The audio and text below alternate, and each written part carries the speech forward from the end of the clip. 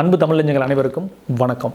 நாம் தமிழர் கட்சியினுடைய விவசாய சின்னத்தை மிகப்பெரிய அளவில் சதி செஞ்சு பிடுங்கிட்டு இதுக்கு பின்னாடி இருக்கிற அந்த தேசிய கட்சின்னு ஒன்று சொல்லிக்கிற வீராரெட்டியுடைய கட்சி, அதில் மாநில செயலாளராக இருக்கிற ஜெயக்குமார் நாயுடு, ஏன்னா அவர் நாயுடு பேரவையிலிருந்து ரொம்ப காலம் வேலை செஞ்சுருக்கிறாரு.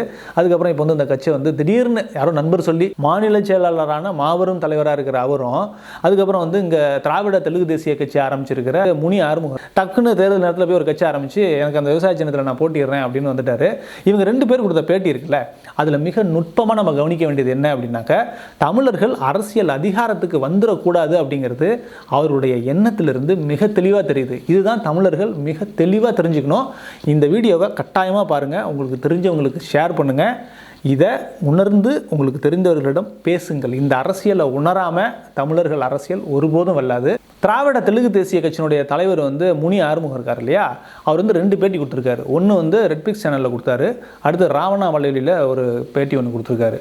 ரெட்பிக்ஸில் அண்ணன் ஃபெலிக்ஸ் கேட்ட கேள்வி எல்லாமே எப்படி இருந்துச்சு அப்படின்னாக்க, சின்னத்தை திருடுனது ஒரு தவறான செயல் இல்லையா, ஒரு அறமற்ற செயல் இல்லையா, ஒரு கட்சி எடுத்துகிட்டு போய் அதை பரப்பி அதை மக்கள்கிட்ட வச்சுருக்கிறாங்க, நீங்கள் அதை போய் கொல்லப்புறமாக திருடிட்டு வந்துட்டீங்களே அப்படின்னு முழுக்க சின்னம் சார்ந்தும் நீங்கள் செஞ்ச செயல் தப்பு அப்படிங்கிறத பற்றி தான் பிரதானமாக அது பேசப்பட்டுச்சு.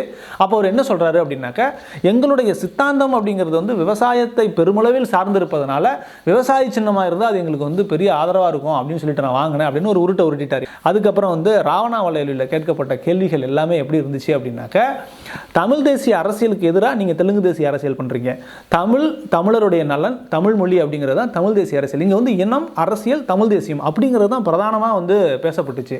உடனே அண்ணங்க என்னமா அந்தர்பல்ட்டி அழிச்சிட்டாரு அப்படின்னாக்க, மொழி தான் எங்களுடைய பிரதானம், தெலுங்கு மொழியை காப்பாற்றுறது, தெலுங்கு மக்களுக்கான நன்மையை செய்கிறது, அதுதான் எங்களுடைய அரசியல் அப்படின்னு அப்படியே ஆந்திரபல்ட்டி அடிச்சு விட்டாரு. காலையில் ஒன்று சாயங்காலம் ஒன்றுலாம் கிடையாது, ஒரே மேடையிலேயே இருந்த மேடையிலேயே இந்த கட்சியிலிருந்து இன்னொரு கட்சிக்கு தாகுன்ற தைரியமும் தன்னம்பிக்கையும் இருக்கிற ஆளுக தான் திராவிடர்கள் போல இருக்கு. மொழியை காப்பாற்றணும் தான் நாங்கள் அரசியலுக்கு வந்தோம் அப்படின்னு ஒரு உருட்டிட்டு அப்படியே என்ன சொல்ல வரீங்க, தமிழ் தேசியத்துக்கு நான் ஒன்றும் எதிரானவெல்லாம் கிடையாது, நானே 2009 வரைக்கும் தமிழ் தேசியத்தில் தான் இருந்தேன் அப்படிங்கிறீங்க.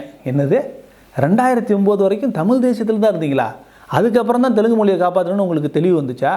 அப்போது தமிழ் தேசியம்னா என்ன, எவன் தமிழ் தேசியம் பேசுகிறான் அப்படின்னு ஒட்டு தண்ணியில் உட்காந்துட்டு ஒட்டு கேட்டுருக்கிறீங்க. இல்லை இவன் ஏதாவது சரியான பாதையில் போயிடுறாங்களா போகலையா, எப்படி குழப்பி விடலாம் அப்படிங்கிற வழியை ரொம்ப காலமாக தமிழர் போர்வையிலிருந்து இந்த வேலைகள் நடத்தப்பட்டிருக்குது. அதில் நீங்களும் பங்கு வகிச்சிருக்கிறீங்க. 2009க்கு பிறகு அரசியல் தலைகளாக மாறினோடனே நீங்கள் உங்களுடைய அடையாளத்தில் இப்போ தான் முதல்ல வர ஆரம்பிச்சிருக்கிறீங்க. சீமான் பேசுறது இந்த தூய நவீன தமிழ் தேசியங்க, அது ஒரு பிரிவினைவாதம் பேசுதுங்க, அதை எப்படி ஏற்றுக்க முடியும் அப்படின்னு சொல்லிட்டு அண்ணன் சீமான் பேசுகிற தமிழ் தேசியம் மட்டும் எங்களால் ஏற்றுக்க முடியாது, சீமான தலைவராக ஏற்றுக்க முடியாது அப்படிங்கிற கருத்தில் ரொம்ப உறுதியாக இருக்கிறீங்க. அதுக்கு என்ன கோட் பண்ணுறீங்க அப்படின்னாக்கா, ஐயா மணியரசன் தமிழ் தேசியம் பேசினார், உலகத்தமிழர் பேரவை தலைவர் ஐயா பழநெடுமாறன் தமிழ் தேசியம் பேசினார், இதெல்லாம் எல்லாத்தையும் ஒருங்கிணைச்சு பேசினாங்க, இந்த தமிழ் தேசியத்தை நான் ஆதரிக்கிறேன் அப்படிங்கிறீங்க. எப்படி ஐயா நெடுமாறன் பேசின தமிழ் தேசியத்தை ஆதரிக்கிறீங்க, ஐயா மணியரசன் பேசின தமிழ் தேசியத்தை ஆதரிக்கிறீங்க, ஆனால் அண்ணன் சீமான் பேசுகிற தமிழ் தேசியத்தை ஆதரிக்க மாட்டீங்க. அப்படியே இந்த மூணையும் நீங்கள் எடுத்து பார்த்தீங்கன்னா இது ரெண்டும் இயக்க அரசியல், இந்த ரெண்டும் தேர்தலுக்கு வராது.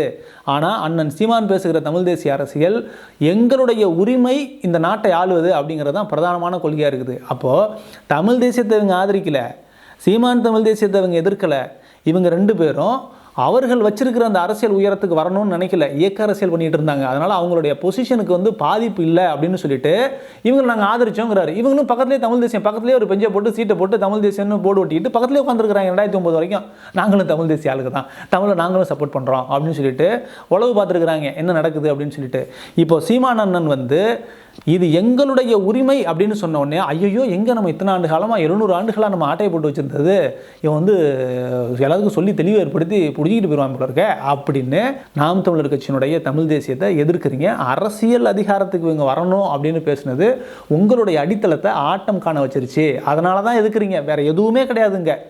இது மிக தெளிவாக தெரியுது. அப்படியே இவர் அப்படியே பார்க் பண்ணி வச்சுட்டு இந்த ஜெயக்குமார் நாயுடு இருக்கார் இல்லையா, அவர் இந்த ஐக்கிய பாரதிய சம்திங் ஏதோ ஒரு கட்சியிலுடைய மாநில செயலாளர், நண்பர் சொல்லி நான் மாநில தலைவர் ஆகிட்டேன்னு சொன்னார் இல்லையா, அவருடைய பேட்டியில் பார்த்தீங்க அப்படின்னாக்கா என்ன சொல்கிறாரு, நாங்கள்லாம் தாயா பிள்ளையா தாங்க ரொம்ப காலமாக இருந்தோம், இப்போ தான் ஒரு 15-20 வருஷமாக இங்கே நடக்கிற விஷயங்கள் வந்து சரியில்லை, இவங்க வந்து ஒரு பிரிவினைவாதம் மாதிரி பேசுகிறாங்க, ஒரு மக்களை ஒதுக்கி வச்சு பேசுகிறாங்க, அதனால எங்களுக்கு வந்து பிடிக்கல, தமிழர் தான் ஆளணும் அப்படிங்கிறதும் மற்ற இனங்களெல்லாம் வந்து நீங்கள் வந்து இதில் இப்போ மரியாதை இல்லாமல் நடத்தி வெளியில் போயிடுங்கன்னு சொல்கிற மாதிரி இருக்கிற விஷயங்கள் தான் பிடிக்கல. கிட்டத்தட்ட 15-20 வருஷத்தை கோட் பண்ணுறாரு.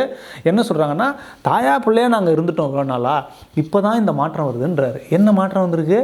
இப்போ சொன்ன அதே மாற்றம் தான்.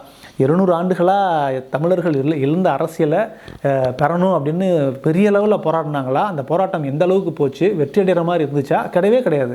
விஜயநகர பேரரசு, அப்புறம் வந்து மராட்டியர்கள், அப்புறம் வெள்ளைக்காரன், அதுக்கப்புறம் வந்து ஜனநாயகம் அப்படிங்கிற போர்வையில் வேற்றினத்தவர்கள் இந்த மண்ணை ஆண்டு கொளுத்துட்டாங்க. இப்போ தான் இந்த 15-20 ஆண்டுகளாக தான் ஒரு தமிழ் தேசிய அரசியல், அந்த அரசியல் உயரத்தை நோக்கி போகுது. அது நாம் தமிழர் கட்சி, அண்ணன் சீமான், தமிழ் தேசிய சித்தாந்தம். இது வளரவும் செய்யுது. வளரலன்னா அதை பற்றி கவலைப்பட்டிருக்க மாட்டாங்க.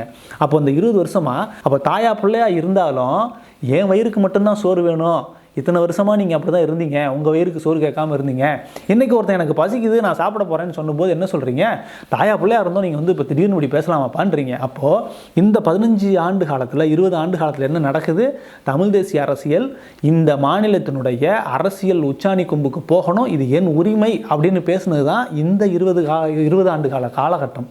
அப்போது இதுதான் உங்களுக்கு வலிக்குது. சொல்லுகிற 2 நபரும் யாராக இருக்கிறாங்கன்னா, தெலுங்கினத்தை சேர்ந்தவர்களாக இருக்கிறாங்க, திராவிடத்தை ஆதரித்தவர்களாக இருக்கிறாங்க, சாதியை ஆதரித்தவர்களாக இருக்கிறாங்க. இப்போது தமிழன் ஒருவன் அரசியல் உயரத்துக்கு அந்த அதிகாரத்துக்கு வந்துடணும் அப்படின்னு பேசின அரசியலை அவங்களால ஏற்றுக்க முடியல. இதுதான் மிக முக்கியமான விஷயம். எல்லாருமே அண்ணன் சீமானை எதிர்க்கிறதுக்கு காரணம் என்ன? ஆரம்பத்துலேருந்து பார்த்தீங்கன்னா யார் தமிழன், நீங்கள் வந்து அரசியலில் முதலமைச்சராக வரத்துக்கு தான் நீங்கள் அரசியல் ஆரம்பிச்சிங்களா? இது தூய தமிழ் தேசியம். இவர் வந்து அண்ணன் சரியாக இருக்கார், தம்பிகள்லாம் சரி கிடையாது, மூளை இல்லாதவர்கள். அப்புறமா தம்பிகள்லாம் வந்து ரொம்ப பொறுப்பானவர்கள் தான், உண்மையானவர்கள் தான், ஆனால் அண்ணன் சரி கிடையாது. இவர் வந்து பாஜக பிடிமா போயிடுவார். இன்னைக்கு வரைக்கும் நீங்கள் என்னென்னலாம் கட்டமைச்சிங்களோ இது எல்லாமே எதற்காக அப்படின்னா, எங்கே இவங்களுக்கு தெளிவு வந்து அந்த அரசியலை அடைஞ்சிருவாங்களோ, நம்ம 700 ஆண்டுகளாக கட்டி காத்த நம்ம கைக்குள்ளே வச்சுருந்த அந்த அதிகாரம் போயிடுமோங்கிற பயத்தில் என்னென்ன செய்ய முடியுமோ செஞ்சிட்டீங்க தமிழ் பேசிக்கிட்டே. இப்போது வேறு வழியே இல்லாமல் உங்களோட அடையாளத்தை பேசி நீங்கள் வந்து இந்த அரசியலை செய்ய வேண்டிய நிலைமைக்கு தள்ளப்பட்டுட்டீங்க. அதற்கு இந்த தமிழ் தேசியம் மிக முக்கிய காரணம். நல்லா கவனிங்க, தமிழ் தேசியம் அரசியல் உயரத்திற்கு வருவதை இவர்கள் ஒருபோதும் விரும்ப மாட்டாங்க. ஏன்னா 700 ஆண்டுகளாக நேரடியாகவோ மறைமுகமாகவோ அந்த உயரத்தில் இவங்க தான் இருக்கிறாங்க. உனக்கு ஒரு பெருமை மிகு அடையாளம் ஒன்று இருந்துச்சுன்னா அது பெருமை கிடையாது, அது சிறுமை அப்படின்னு மாற்றுவாங்க. ஒன்றை மனசளவில் உடைப்பாங்க, சிந்தனை அளவில் ஒன்று வந்து கூனி குறுக வைப்பாங்க. ஐயோ அப்படியா, என்னுடைய மன்னனா, என்னுடைய முன்னோனா, என்னுடைய அப்பனா, என்னுடைய தாத்தனா இதை பண்ணிட்டாங்களா, அது தப்பு தாங்க. இந்த நேர்மை தமிழன்ட்டு இருக்குது. இந்த ஒத்துக்கிற விஷயம் இருக்குல்ல, என் அப்பா பண்ணாலும் தப்பு, என் பாட்டம் பண்ணாலும் தப்பு, என் இனத்தில் எவனோ ஒருத்தன் பண்ணாலும் அது தப்பு, ஆமாம் நீ சொல்கிறது சரி அப்படின்னு இந்த நேர்மை இருக்குல்ல, இந்த நேர்மையை பயன்படுத்தி உங்களை வந்து கூனி குறுக வச்சு எதையோ ஒன்று சொல்லி, எங்கேயோ நடந்ததை ஒன்று சொல்லி உங்களை ஒதுக்கி வச்சு இந்த அரசியல் அதிகாரத்தில் உட்காந்து ஆண்டு கொளுத்துட்டாங்கன்னா பார்த்துக்கோங்களேன். திராவிடத்துடைய சித்தாந்தத்தில் மிகப்பெரிய ஒரு இப்போ பேசு பொருளாக பேசப்பட்டுக்கிட்டு இருக்கிற பொருள் வந்து திருமணம் கடந்த உறவு. அது பல இடத்துல பேசிகிட்டு இருக்கிறாங்க, பெரிய ஆளுகளே பேசுகிறாங்க. அது வந்து தப்பு, அது வந்து இல்லை அப்படி கிடையாது அப்படின்னு நிறைய பேர் பேசி அதை கருத்து கொடுத்துருக்குறாங்க. ஒரு கட்டத்தில் சரியா திருமணம் கடந்த வரும், அது 2 பேருடைய தனிப்பட்ட விஷயம். 2 பேருமே மியூச்சுவலி அண்டர்ஸ்டுட், அவங்க வந்து ஒரு ரிலேஷன்ஷிப்பில் இருக்கிறாங்க. ஓகே, ஒரு கட்டத்தில் அதை நம்ம வந்து கேள்வி கேட்க முடியாது. ஆனால் இப்போ நீங்கள் இந்த சின்னத்தை வச்சுக்கிட்டு, இந்த சின்னம் போய் பழகிருக்கு ஒருத்தன்ட்ட, இந்த சின்னம் வந்து ஒருத்த மனசில் இருக்குது, அவன் நாம் தமிழர் கட்சிக்கு ஓட்டு போடணும்னு நினைக்கிறான். ஆனால் அவனுடைய வேலை பழுவும் அவனுடைய சூழலும் இந்த 40 நாள் வந்து அவனை வந்து இந்த மீடியாவையோ அரசியலையோ கவனிக்க விடலைன்னு வச்சுக்கோங்களேன். ஏன்னா நம்ம எல்லாருமே தினம் வேலைக்கு போகிறோம், பல சூழலில் இருக்கிறோம். சின்னம் பறிக்கப்பட்டதுலேருந்து தேர்தல் நடக்கிறதுக்குமான காலகட்டம் பார்த்திங்கன்னா 40 நாள் தான். இந்த 40 நாள் அவன் வந்து டிவி பார்க்கல, 40 நாள் மொபைல் பார்க்கல, இந்த சின்னம் மாறிடுச்சு, நாம் தமிழர் கட்சிக்கு புது சின்னம் கொடுத்துட்டாங்க அப்படிங்கிறது தெரியலை. அந்த ஊருக்குள்ளே நாம் தமிழர் கட்சிக்காரனால போய் ஒரு போஸ்ட் அடித்து விளம்பரம் பண்ணி இதை தான் சின்னம்னு தெரிவிக்க முடியலை. ஒரு 2% மக்கள்கிட்ட எங்களால் ரீச் பண்ண முடியலன்னு வச்சுக்கோங்களேன். அந்த 2% அன்றைக்கி எலெக்ஷன் வந்து என்ன பண்ணுவான், அந்த 40வது நாள் சின்னத்தை போடுங்க, 40 நாள் அவன் டிவி பார்க்கல, யாரு கூடயும் தொடர்பில் இல்லை, அவன் வேலைன்னு இருந்துட்டான். அங்கே வந்து ஓட்டு போடுறதுக்கு வந்துட்டான். வந்தோடனே பார்ப்பான் நாம் தமிழர் சின்னங்க, விவசாய சின்னம். ஏன்னா அவனுக்கு அதுதானே தெரிஞ்சிருக்கு, 40 நாளைக்கு முன்னாடி அதுதானே உண்மை. அப்போது விவசாய சின்னத்துக்கு ஓட்டு போட்டான், அப்பா நாம் தமிழ் வச்சு ஓட்டு போட்டான்னா அமைக்கிட்டு போயிடுறான் அவன். ஆனால் அந்த ஓட்டு இன்றைக்கி யாருக்கோ ஒருத்தனுக்கு போகும். அது அப்போது இது நடந்தால் என்ன தெரியுங்களா, திருமணம் கடந்த உறவில் 2 பேரும் அண்டர்ஸ்டாண்டிங்கில் ஏதோ இருக்கிறாங்க, அது வந்து மியூச்சுவல் அண்டர்ஸ்டாண்டிங் ஆகிடுச்சுன்னு சொன்னோம்ல, அது கூட ஏற்றுக்கலாம். ஆனால் ஒரு ஒரு ஒரு இன்னொரு கணவனுடைய வேஷத்தை போட்டுக்கிட்டு ஒரு பெண்ணுக்கிட்ட போயிட்டு வந்துட்டீங்க, அவன் கணவன் மாதிரியே நீங்கள் மாறு வேஷம் போட்டு அந்த பெண்ணுக்கிட்ட போயிட்டு வந்துட்டீங்கன்னா எவ்வளவு கேவலமான விஷயமோ அதுதான் இது. அண்ணன் சீமான் நாளைக்கு வரப்போறாலே தெரியல, இருக்கிற 7 5 ஆக்கி விட்டுறலாம் 2 ஆக்கி விட்டுறலாம் அப்படின்னு தான் சின்ன தாட்டையே போட்டிங்க. ஆனால் சீமான் என்ன அறிக்கை ஒன்றுமா, நான் ஆட்சி அதிகாரத்துக்கு வந்துட்டேன் அப்படின்னாக்கா தெலுங்கை 2வது ஆட்சி மொழியாக நான் வந்து அறிவிக்கிறேன் அப்படின்னு சொல்லணும் அப்படின்னு ரொம்ப ஜாபமாக உட்காந்துட்டு தூய தமிழ் தேசியம்ல, நவீன தமிழ் தேசியம்ல அப்படின்னு பேசிகிட்டு இருக்கிறீங்க அறிவிக்கணும் அப்படின்னு. சரின்ட்டு ஐயா சரியான கிடுக்குப்பிடி போட்டு நீங்கள் ஸ்டாலினை வச்சு கேட்பீங்களா, அதிகாரத்தில் தான் இருக்கிறாங்களேன்னு கேட்டீங்க. அப்படியே நடுங்குது கைகாலெலாம். அப்போ கேட்கும்போது மட்டும் இங்கே சீமானை பேசுனா நவீன தமிழ் தேசியம்ல. அதே இடத்துல இன்னொன்று நீங்கள் என்ன சொல்லணும், அப்போ தெலுங்கானாவிலையும் ஆந்திராவிலையும் உங்கள் ஆளுங்க ஆட்சி பண்ணிட்டு இருக்கிறாங்கல்ல, சொல்லுங்கள் அங்கேயும் தமிழ் மக்கள் இருக்கிறாங்கல்ல, இங்கே வந்து நான் தெலுங்கு 2வது ஆட்சி மொழியாக கேட்டிருக்கிறேன். அதே போல் நியாயமாக சரியாக இங்கே தமிழை 2வது ஆட்சி மொழியாக கொடுக்கணும், ஏன்னா அங்கே தமிழர்கள் வாழ்ந்துட்டு இருக்கிறாங்க அப்படின்னு அதையும் கேட்டு விட்ருங்க. கர்நாடகாவும் கேட்டு, ஏன்னா இதெல்லாம் திராவிட பூமின்னு சொல்கிறீங்க இல்லையா, கர்நாடகாவிலையும் கேட்டு விட்ருங்க. அதை பேசுனீங்கன்னா சரியாக இருக்கும். அது எதுவுமே பேசாமல் உட்காந்துக்கிட்டு நாட்டை பிரித்து வேணால் நீங்கள் வந்து அதிபர் ஆகிக்கிங்க, நீங்கள் பிரித்து அதிபர் ஆகிக்கிங்களேன். என்ன சொல்கிறீங்க, இன்னும் பொட்டி ஸ்ரீராமுலுவோடைய சித்தாந்தங்கள் நிறைவேறலைங்கிறீங்க. அவரே வந்து தனி தெலுங்கு தேசம், தெலுங்கர்களுக்கான தனி மாநிலங்கிறது தான் அவருடைய கொள்கை. அது மொழி வழியாக மாநிலம் பிரிக்கப்பட்ட போது நிறைவேறிடுச்சு. ஆனால் நீங்கள் இன்றைக்கி என்ன சொல்கிறீங்க, அது முழுசாக நிறைவேறலை அப்படின்றீங்க. இப்போ தான் மிகப்பெரிய அதிர்ச்சி இருக்குது இந்த இடத்துல. முழுசாக நிறைவேறலைன்னா என்ன சொல்ல வரீங்க? உங்களுக்கான மொழி அதிகப்படியாக பேசக்கூடிய மக்கள் இருந்த இடத்த உங்களுக்கு மாநிலமாக பிரித்து கொடுத்துட்டாங்க, ஆனால் எங்களுக்கு முழுசாக நிறைவேறலைங்கிறீங்க. அப்போது இன்னும் நிலத்தை பிரிக்கணுமா? அப்படி உங்களுக்கு இன்னும் இந்த சித்தாந்தம் வந்துச்சுன்னா ஓப்பனாக பேசுங்க, மக்கள்கிட்ட சொல்லுங்கள், உங்கள் மக்கள்கிட்ட சொல்லுங்கள். இந்த இடத்துல நம்ம இப்போ பெரும்பகுதியாக வாழ்கிறோம், இதுவும் ஆந்திராவோட சேர்ந்துருக்கணும், இல்லை இந்த பகுதி இன்னொரு தனி ஒரு தேசமாக இருந்திருக்கணும், இது சென்னையை பிரிக்கலாம் அப்படிங்கிற ஐடியாவில் இருக்கீங்களோ?